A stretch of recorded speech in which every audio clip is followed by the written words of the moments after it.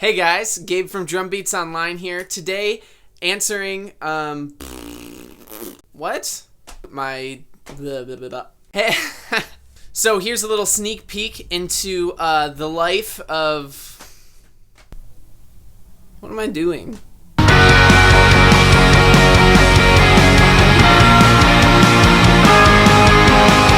A bunch of you guys have been asking me a ton of questions about my drum setup, cymbals, mics, how to EQ my drums, or how I EQ my drums. So I thought it'd be really awesome to show you guys a studio tour. So let's jump right into it.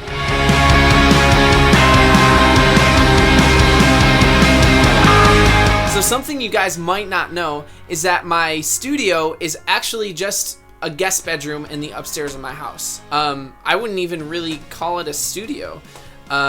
It's just kind of a place where I've put my drum kit, and it's super small. There is not a lot of space in here.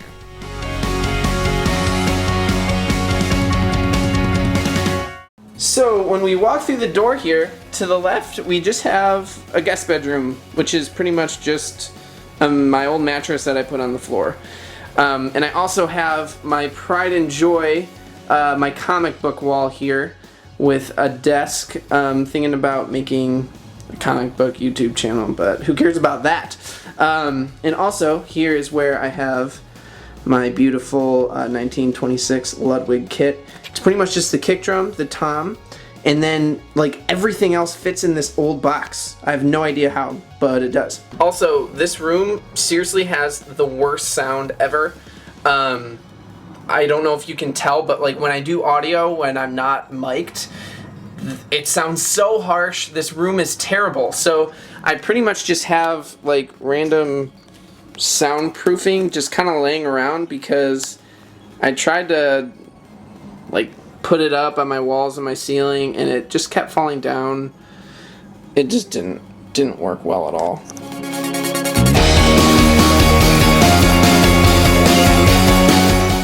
Alright, so now let's talk some drums. The kit that I'm playing is an AOT custom kit. I really don't know the specifics of it. I bought this kit off of my friend, and I really like it. So AOT is a Canadian company. So on my rack tom, what we've got is 13 by 10. It's super deep, and all the toms have these wood hoops that I love. It just makes the tom sound even warmer, which I really like. And then my floor tom is 16 by 16. That's pretty standard dimension. And my kick drum, I think, is like an 18 by 22 or 24, something like that. I'm not huge into specifics of drums, so it's one of those. My snare drum, which I love, is a Ludwig Supraphonic, and that is 6.5 by 14 or 14 by 6.5. I never know which one you're supposed to say first. My kick drum pedals is an Iron Cobra. I've got a double bass pedal Iron Cobra, and it's a really old pedal, so it's not very responsive. I'm pretty sure Iron Cobras are great. This is just old, so I probably need a new one. My hi-hat pedal, I think, is like a $25 old Pearl hi-hat pedal. Like, this is like the first hi-hat pedal that I got 10 years ago, and I still have it. So most of my stands are pretty crappy. Some of them are just so expensive. I mean, I could get like a $500 hi-hat stand, or I could just keep like the $25 one that I have. So for now, that'll do.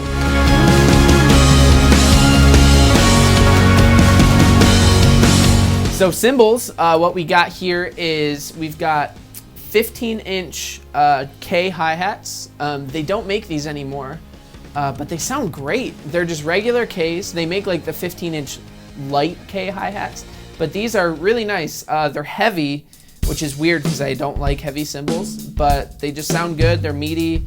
I don't think I'll ever leave the 15-inch hi-hat party because they're just a perfect mix. Like 14s sometimes are just too small sounding for me, and 16s are just a little too sloppy. So 15s are perfect. What we've got here is, oh man, my newest cymbal, one of my favorites. It's the Meinl 18-inch dual crash.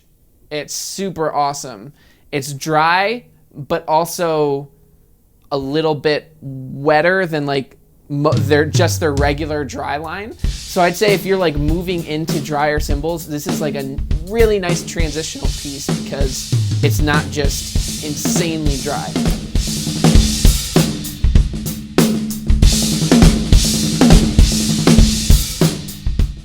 Then my ride cymbal, I've got a Meinl 21-inch transition ride made by Mike Johnston. And this one is really awesome too. It's a little bit heavier than what I'm used to, but it's great. You can crash on it. It's got a shorter sustain. It doesn't get out of control loud, and the stick definition is very, very clear. So this was kind of like my first dry cymbal that I got, and I really love it.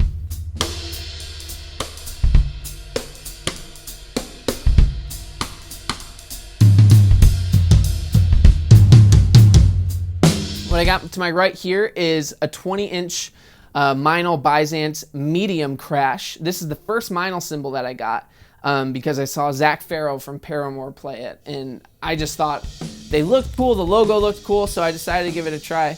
And I like it. It's my first 20-inch crash too, so it's really big, big sustain. So it's a great cymbal. I've had this one for like 5 years.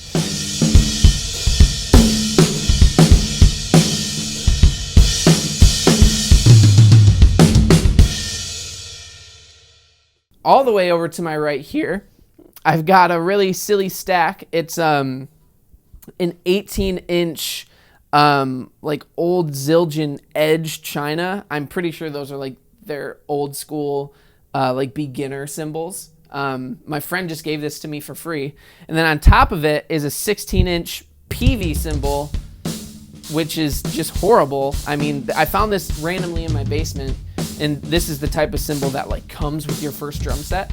So what I did is I just stacked them together and put a tambourine on it. And sometimes I'll keep the tambourine on or I'll take it off, but it's a sweet stack. I really like it. It's nice and meaty, and it gives a cool short sound, but also with some power there too.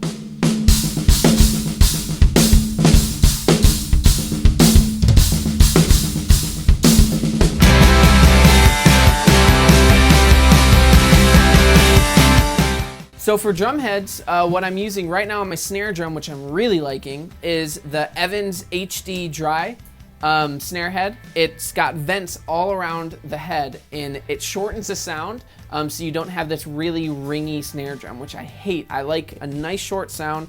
I'm normally putting tape on my drums to shorten the sound more, but with this snare head, I don't really need to. On my rack tom right now, I have a coated Ambassador by Remo. Normally I would use a Remo Emperor or an Evans G2. And then on my floor tom, I have an Evans G2. So yeah, I would go between Evans G2 or Remo Emperor. On my kick drum, I've got a Remo Power Stroke coated bass drum head. And I like it. It's got a cool different sound. The coated sound is pretty cool. And I also really like the Evans clear EMAD head as well. For sticks, right now I'm using Vic Firth Extreme 5As. So my headphones that I use when I like play live or when I'm recording these videos are these Shure earbuds. They're the Shure 215s, I think. They're one of the cheaper lines, but I really like them. I've had them for a few years, and they cancel a lot of the noise, and yeah, they're durable. They just work really well. So now let's move into mics.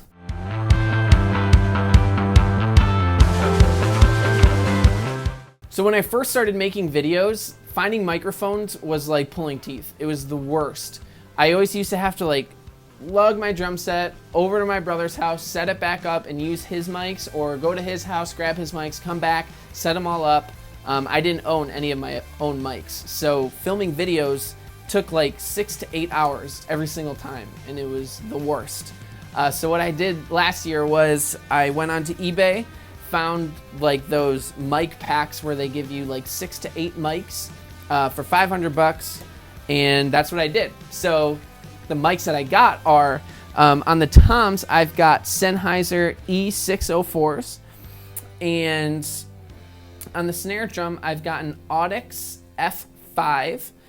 On the kick drum, I've got a D112, and that works well.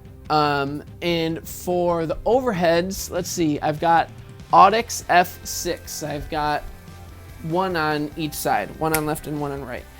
And last but not least, this microphone that I'm wearing on my shirt right now, I just got recently, which has helped a lot. Normally I just pulled my overhead mic and kind of had to talk into it as I was teaching.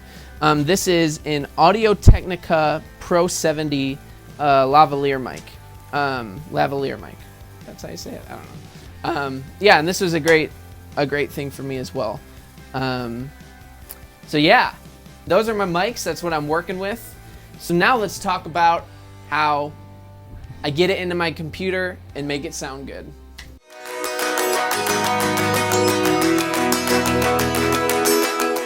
So generally for my videos, I have my interface right next to my drum set and my camera on top of my interface. So the interface is what all the microphones plug into, and then the interface connects to your computer.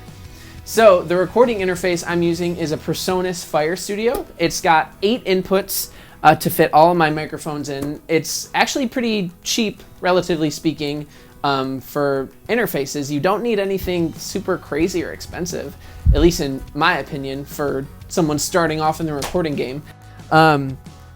And so what I do is I record that into my laptop, and I use a program called Reason. I really love that program. It's just really great. But if you don't have that, you can use GarageBand, you can use really anything. Reason's just kind of what I use to write music, so it works out this way. So once I record all of the tracks in Reason, I'm recording right now, I don't know if you can see it, then I EQ everything. So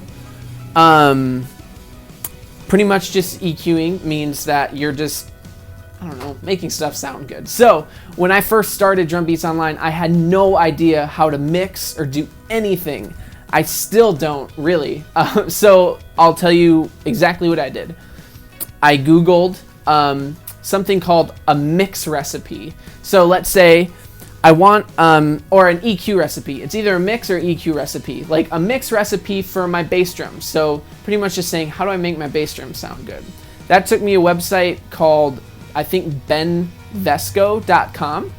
And pretty much right there, it would say, hey, if you want your bass drum to sound like one of 3 ways, put like pretty much copy and paste this EQ and it'll sound this way. So that's what I did for all my drums. I did it for my bass, my snare, and my toms, and then I just kind of made something up for the overheads. So I pretty much just, yeah, copy and pasted those EQs into my mixer, and then from there, it was a great starting point for me to then make them sound even better. So then I pretty much took it from there and just kind of did my own EQ to what I thought sounded good, put my own reverb, whatever. Because this room seriously sounds horrible, so I'm trying my best, but it normally sounds bad. But yeah, that's the EQ and mic and interface setup and process. So for production gear, I shoot with a Canon 60D camera, and that has always worked really well. And I have a Rokinon 16mm fixed lens, and I really enjoy that. And then I also have for my overhead shots a GoPro Hero 3 Plus, and I've also used that for some cool shots in my covers too that I've really liked. And then I pretty much just have one light. I think it's LED, or I'm not actually sure what type of light it is, but it has a softbox on it, and it's super cheap. So yeah, not using much for production gear. And then I just edit all my videos in Final Cut Pro X, and that works really well. So yeah, that's the studio, if you want to call it that.